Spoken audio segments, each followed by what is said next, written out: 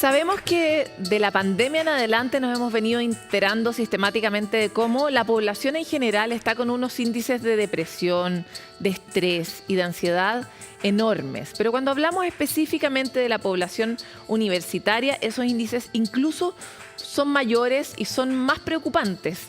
Esta población ha tenido que cambiar, transitar desde el mundo del pasado a este mundo que ha venido post pandemia, pero entre medio de esa pausa que ocurrió con la pandemia ha tenido fuertes impactos en su salud mental, en su sensación de bienestar y les ha hecho a muchos de ellos muy difícil llevar adelante la vida.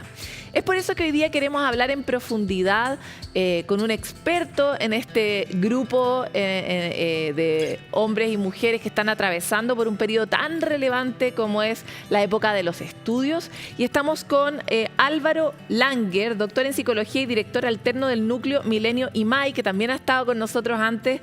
El núcleo ha sido fuente amplia en Sanamente. Muchas gracias por estar con nosotros, Álvaro. Gracias, Paloma.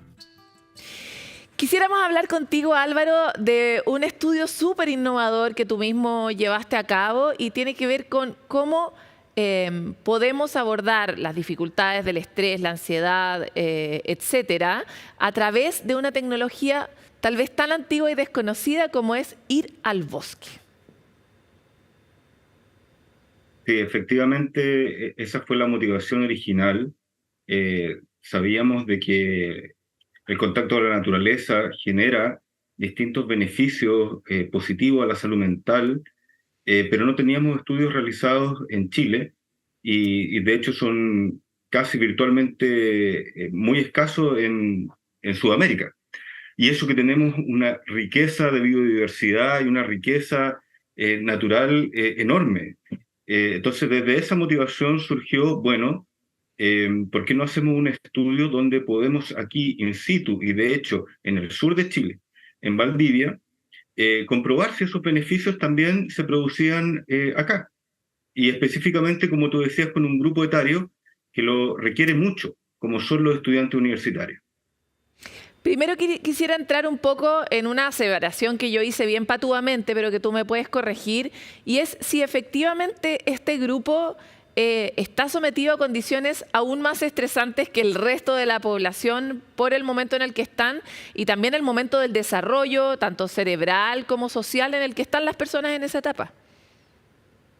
Sí, bueno, efectivamente lo que los estudios muestran es que los estudiantes presentan mayor prevalencia de problemas de salud mental que la población general, o entendamos que el grupo de personas que no está en esta fase de estudio universitario.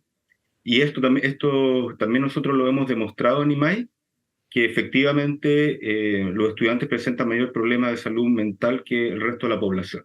Por lo tanto, uno podría interpretar que son una población de riesgo y que requiere medidas específicas adaptadas para este grupo.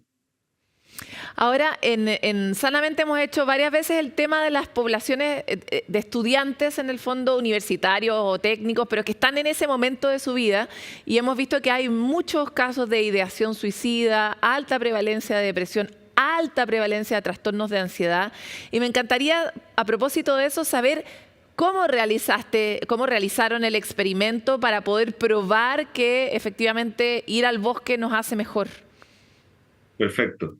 Bueno, este estudio estuvo también en el contexto de una tesis de estudiantes de psicología, y lo primero que quisimos hacer es un estudio que nos permita, de forma preliminar, poder comprobar si ir al bosque, especialmente esto fue muy cerca del campus de Isla Teja de Valdivia. Para quienes no conozcan, está situado en la Isla Teja, en el Arboretum, que es un lugar de bastantes hectáreas que tiene bosque, ¿no? Entonces queríamos cumplir varios requisitos. Primero, que fuese una actividad que no estuviera muy lejos de donde están los estudiantes, es decir, que puedan ir caminando. Y en este caso estaba a 10 minutos del campus universitario. Segundo, queríamos probar efectivamente si en variables de salud mental que son prevalentes, como la ansiedad, el baño de bosque tenía un efecto. Y tercero, queríamos que en general la duración de la actividad no fuera mayor de 1 hora. También pensando que los jóvenes lo podrían ir al bosque entre pruebas, entre clases, ¿no es cierto? A veces quedan estos espacios abiertos, los horarios, entonces pudieran acceder al bosque. Y Con esa además que intención, 1 hora es más o menos lo que uno se demora en la terapia también. O sea, si uno tomara esto como una terapia, es algo asible, no así despejarse, no sé, 3 horas, pero 1 hora es posible, ¿no? eso es lo que nosotros pensamos y vimos también que eso tuvo efecto, ¿no? Eh, y quería comentarte también que otro de los elementos es lo que tú mencionabas, es lo preventivo. ¿M? Este estudio se basa en buscar preventivamente reducir estados de ansiedad. ¿Ya? No buscamos ninguna persona con ciertas condiciones en particular. Es como estudiantes en general, con ese enfoque preventivo.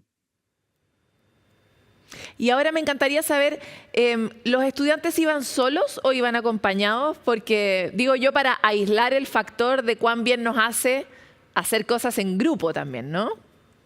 Perfecto, te cuento un poco de cómo fue la metodología en sí.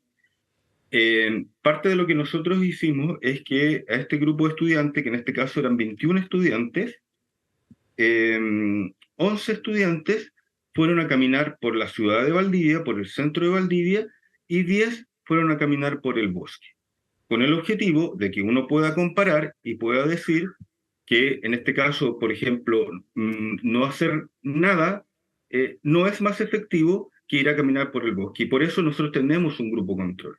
Si bien es un estudio piloto, son resultados preliminares, pero sí que nos permiten decir, sí, ¿sabes qué? Caminar en el bosque tiene un efecto que es mayor que caminar por la ciudad. ¿Y qué efecto y cómo Eso lo por un midieron? Perfecto. Una de las formas que nosotros utilizamos normalmente en psicología a través de cuestionarios de autorreporte. Esto quiere decir lo que uno piensa, lo que uno siente en un momento determinado. Entonces se aplican esos cuestionarios antes de empezar la caminata y posterior eh, a terminar la caminata en ambos grupos, ¿no es cierto? En el grupo que fue a caminar por la ciudad de Valdivia y al grupo que fue a caminar por el bosque. Y como tú decías, iban acompañados por dos investigadores, por dos asistentes de investigación, en este caso tesistas, que iban acompañando, y las instrucciones en general fueron las siguientes. Que pudieras caminar de una forma de ir prestando atención a lo que te pasaba a ti, a lo que te rodeaba, ¿no es cierto? Los árboles, normalmente se pide que activando los 5 sentidos, eh, que es lo que el tacto, que el aroma que tú puedes ir sintiendo en esa caminata, obviamente en silencio, con los teléfonos celulares apagados, y se les pidió también al grupo de ciudad que hiciera lo mismo. Caminaron media hora por el bosque y después se sentaron a contemplar, a observar, estando presente. En este caso, el grupo del bosque mirando hacia el río Cruces. Para los que conocen Valdivia, me van a entender, y los que no después pueden mirar dónde está el río Cruces, y cuando vengan a Valdivia pueden hacer un paseo muy lindo entre los ríos, ¿ya? Y el grupo de la ciudad quedó mirando en ese tiempo a la municipalidad. Y después se aplicaron los cuestionarios. Es interesante lo que planteas porque dentro de la terapia hay otra terapia que tal vez es la misma, pero es la capacidad de estar presente, ¿no? Y esto tiene mucho que ver también con tu propio bagaje de investigación, que tienes expertise en mindfulness, en meditación, para decirlo como en un lenguaje más cercano. Sí. Y desde ese punto de vista es relevante entender que no da lo mismo cómo se va al bosque, ¿verdad? O sea, ir al bosque a pasarse a selfie tampoco sirve tanto para el bienestar como podría servir estar presente ahí, ¿no? Totalmente. Aquí yo creo que hay que tener presente dos elementos. Uno es la exposición y otro es la conexión. Y en esto tiene que haber un balance, ¿no es cierto? O sea, si tú no te expones, no hay posibilidad de conexión, pero por otro lado, tú puedes estar expuesto, pero no conectado. Y no conectado me refiero principalmente no atento. No atento a lo que te pasa, a tu medio ambiente. Entonces, como tú dices, yo puedo estar caminando de hecho también puede ser un parque urbano, yo puedo ir caminando con el celular y no estoy conectado, ¿ya? Entonces, la gente puede decir, claro, pero es que hay lugares donde tú tienes mucho verde. Sí, es verdad.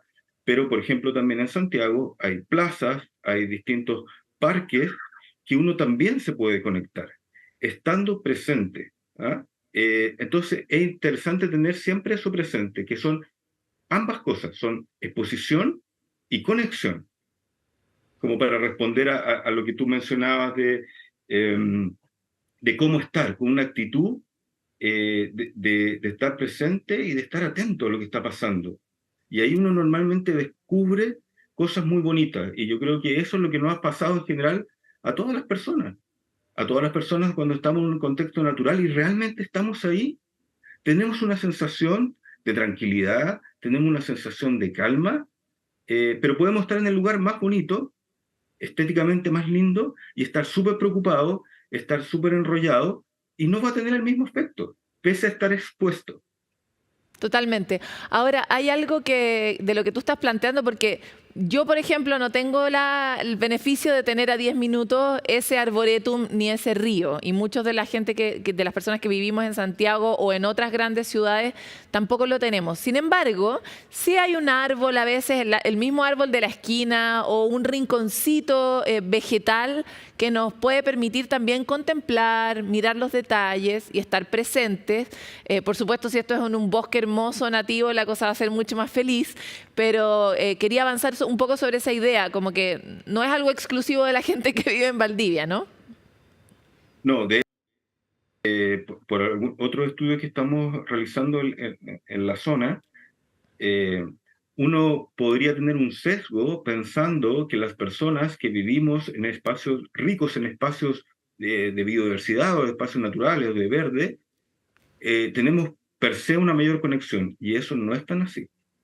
Hay que Eh, disponerse. hay- exactamente, hay personas que pueden estar toda su vida viviendo y nunca han ido al bosque, o que algo que lo has visto tan cotidianamente que ya es algo normal para ti, pero no hay Pero no lo has conexión. mirado, tal vez, como el árbol, ¿no? Exactamente, exactamente. Entonces, volviendo a lo que tú decías, también las investigaciones nos dicen que, al menos las que yo conozco, que desde 15 minutos en un parque urbano, caminando y conectado, como hemos estado hablando, ya tendrías algún efecto en salud mental. Y entonces la naturaleza urbana está allí. Como tú decías, hay un árbol, hay flores, y hay que verlo, ¿no? Entonces esto también nos obliga a parar un momento, detenerse, observar, sentir y encontrar esa sensación de satisfacción que está al alcance de la mano de todos y de todas. Y eso encuentro que es muy interesante porque es muy preventivo. De todas maneras, Álvaro, te quiero agradecer por esta conversación, que siga avanzando esa investigación, que necesitamos cada vez más evidencia para poder reforzar cosas que los humanos siempre hemos intuido, pero que cuando la ciencia lo dice nos ponemos a hacerle caso. Así que gracias por tu trabajo y esperamos saber más de ti en el futuro en Sanamente. Muchas gracias, encantado.